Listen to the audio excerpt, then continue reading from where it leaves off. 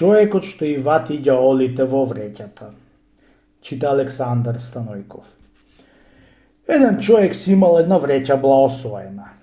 За се што да сакал да му влезит во неа, ќе речел: ај нека влезит ова во вреќава. И ќе си влезело. Еднаш си патувал човекот со вреќата на рамо и поминал покрај едно дрво шаторесто во време на глуа доба. Се вратил кај дрвото за да види што дрво е.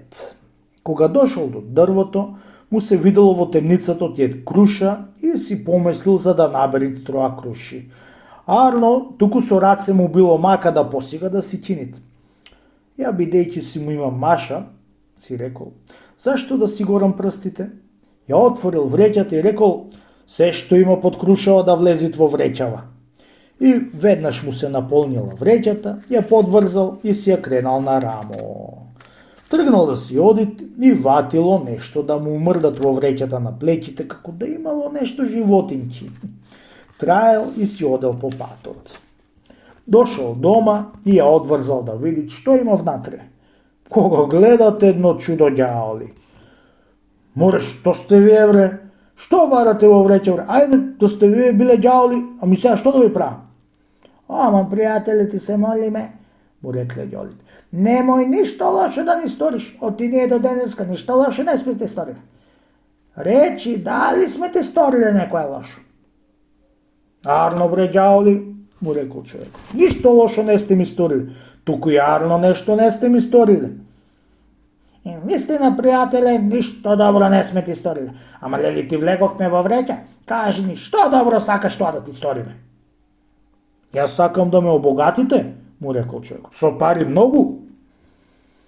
Колку за тоа слободно, саде пари сакај, му рекле ѓаолите. Крени ја вреќата со нас и изнеси ја на пазар да продај не нам. Од тие пари што ќе земиш, за нас ќе се обогатиш. Зашто што да купиш, парите назад ќе земиш, сами в кеса ќе ти влезат. Кога чул така човекот, кренал вреќата нарамо и пошол на пазар, та седнал да ја продаат. Дошол некој да види што има човекот во вреќата, што туку мрда нешто внатре. Кога погледал, страв го ватило. Гледат нешто како луѓе црни со очите подбелени, забите оклештени, рогови за стравој, трештил и побегнал. Дошол друг, треќи, четврти. Сите така бега. Одвај еден се престрашил и се удриле на пазар. Вур, тут се погодија со една ефтина цена. Сега, пријателе, му рекол човекот, арно пазарот го идисавме, ами кој е по ѓаол од сите овие ѓаоли? Море, братко, не треба да одбираш, ами посигни ми жејки и кој ѓаол да ватиш од ѓаол по ѓаолет. Така да знаеш, само парите што ќе ми даеш да ми чиниш алал. Спискаа ѓаолите од вреќата, зовреа како царви во рана. Секој се молел на купувачот за него да го избавит од вреќата. Секој таксуал за големи добриња да му сторит. Најпосле изваил еден што го бендисал. Човекот си зел парите и брго купил нешто од чаршија, за да видит али вистина ќе му дојдат парите пак в ќесе.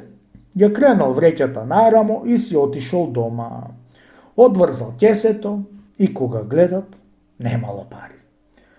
Насана, али ќе ме лажат овие црни ѓаоли.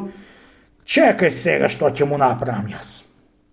На таа лутина, кога ја кренал вреќата на угоре, та кога и ти бапнал од земи, сиришникот ќе му пукнеше на сите.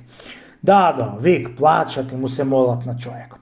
Аман, џанам, пријателе, му рекле, заошто не биеш нам, ние не те излагавме, ти сам си се излагал, уште кога му изеде парите од човекот, што му рече да ти истори парите алал. Не требаше да му велиш така, оти од нас пари што да земи човек не се залал, ами за арсус, за опако и назад да одат работите, да сега извајне повторно на пазар и проде еден од нас, ама да не сакаш да ти чинат палал парите, за да видиш како ќе ти дојдат парите в ќесе. И послуша човекот и однесе в чаршија, да продаде уште еден од ѓаолите, да си купил што му требало и си дошол дома. Брго одврзал ќесето и вистина беа му дошле парите. И подржал уште некоја вечер и од која беше се уверил здраво беше и пуштил. Кога летнале ѓаолите да бегаат, очите ќе се изваја од пусти стравои на вреќата.